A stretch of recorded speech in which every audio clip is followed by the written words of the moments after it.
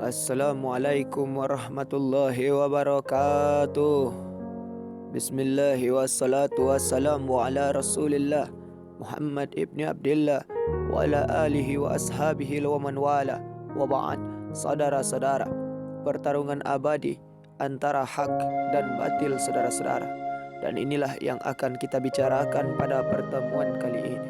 Saudara-saudara, dalam kehidupan ini kita pasti mengenal yang namanya predator, saudara-saudara, yaitu binatang pemangsa dalam sebuah ekosistem untuk menjaga keseimbangan alam.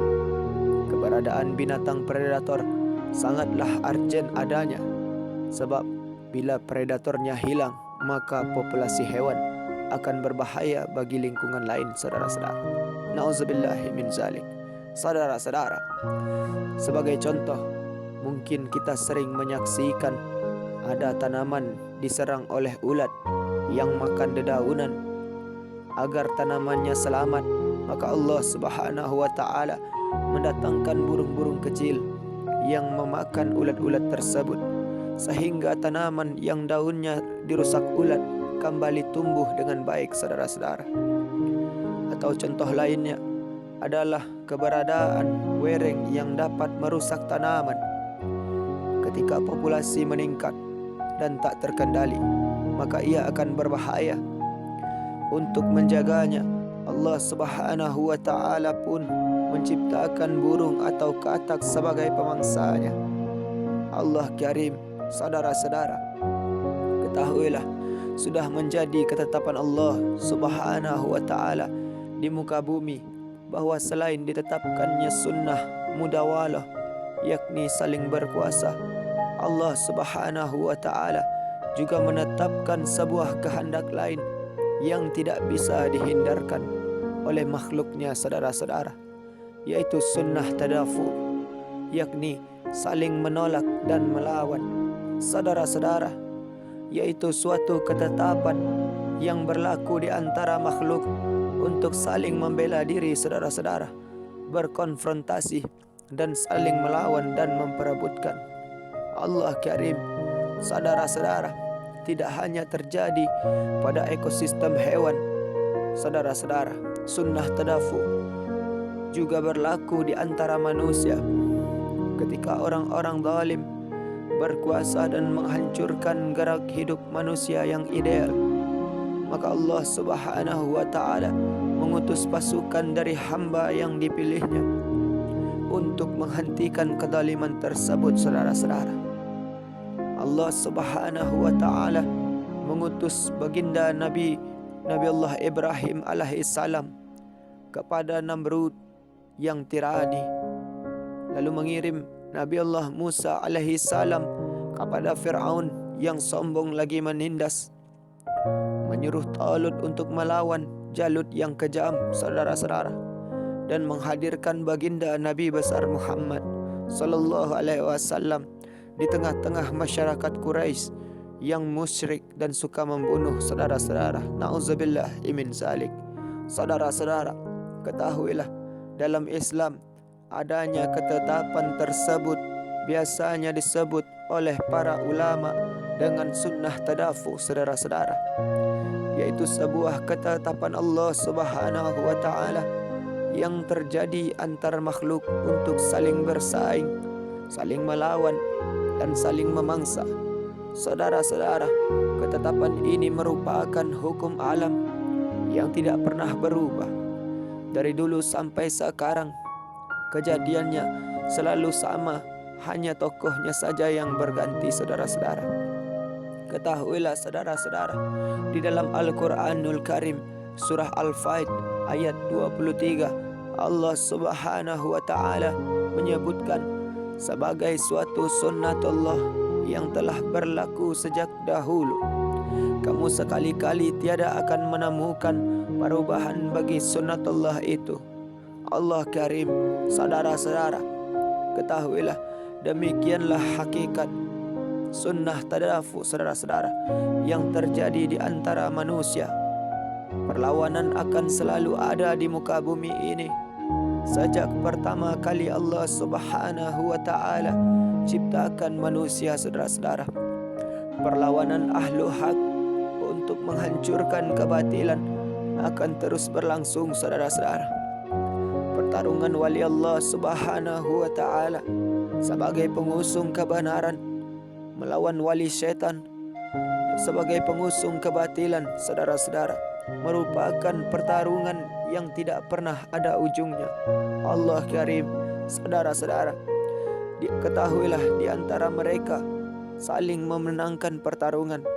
Terkadang wali Allah Subhanahu wa Ta'ala yang tampil sebagai pemenang, saudara-saudara, walaupun di waktu yang lain dia ditakdirkan kalah dan dikuasai oleh musuh, saudara-saudara. Saudara-saudara, ketahuilah mengenai perihal ini, Ibnul Qayyim menuturkan apa yang menimpa orang beriman di dunia ini berupa penguasaan musuh atas diri mereka. Terkadang mereka dikalahkan dan dilecehkan. Ini bagian dari sesuatu yang pasti terjadi, sama seperti adanya panas dan dingin, sakit, demam, dan sedih. Semua itu adalah perkara yang biasa terjadi di tengah-tengah kehidupan manusia di muka bumi ini. Allah Karim, saudara-saudara, ketahuilah perlawanan yang terjadi di antara ahlul haq dan ahlul batil merupakan salah satu sunnah tadafu, saudara-saudara, yang tidak pernah ada ujungnya. Bahkan semenjak pertama Allah Subhanahu wa Ta'ala menciptakan Nabi Allah Adam alaihi salam, peperangan antara pembela al-haq dengan pembela kebatilan terus terjadi hingga sekarang, saudara-saudara. Saudara-saudara, ketahuilah dalam sebuah ayat Allah Subhanahu wa Ta'ala berfirman, yaitu orang-orang yang telah diusir dari kampung halaman mereka tanpa alasan yang benar, kecuali karena mereka berkata, Tuhan kami hanyalah Allah Subhanahu wa Ta'ala, dan sekiranya Allah Subhanahu wa Ta'ala tiada menolak, yakni keganasan sebagian manusia dengan sebagian yang lain, tentulah telah dirobohkan biara-biara Nasrani, gereja-gereja, rumah-rumah ibadah orang Yahudi, dan masjid-masjid yang di dalamnya banyak disebut nama Allah Subhanahu wa Ta'ala, saudara-saudara. Sesungguhnya Allah Subhanahu wa Ta'ala pasti menolong orang yang menolong agamanya, saudara-saudara. Sesungguhnya Allah Subhanahu wa Ta'ala benar-benar maha kuat lagi maha perkasa.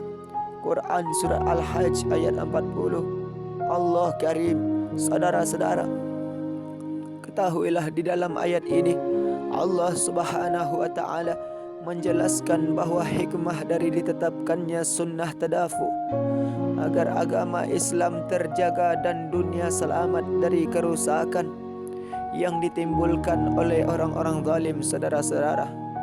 Lalu Allah Subhanahu wa Ta'ala sebutkan bahwa jika tidak ada sunnah tadafu, sementara orang-orang kafir itu terus berkuasa, maka tidak ada upaya dari umat Islam untuk melawan dan menghadang keganasan mereka, saudara-saudara.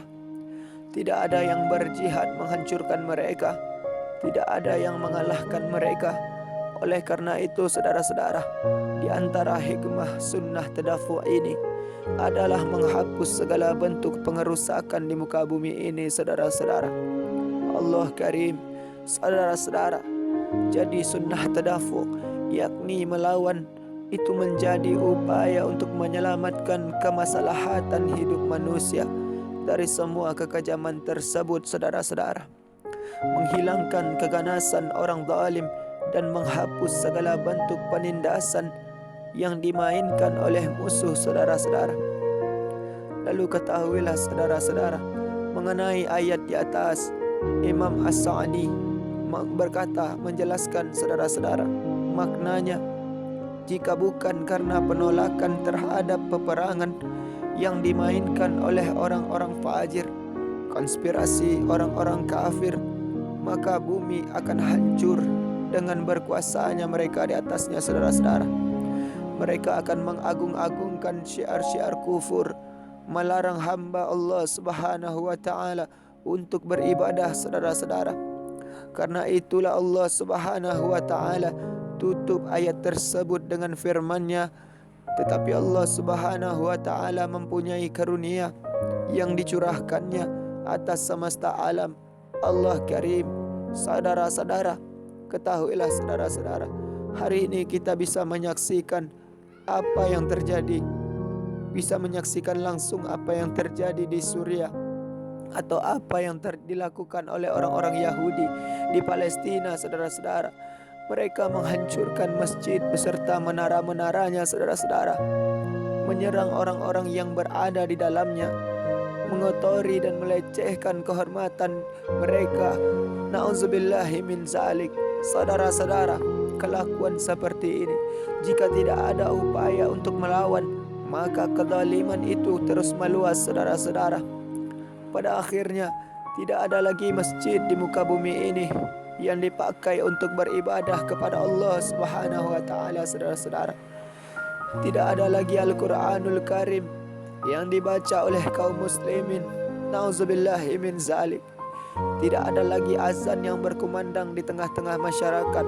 Nauzubillahi min zalik. Saudara-saudara, ketahuilah, ayat di atas juga menjadi dalil yang cukup mendasar bahwa pertarungan antara ahlul haq dan ahlul batil ini akan terus berlangsung, saudara-saudara. Tidak ada ujungnya.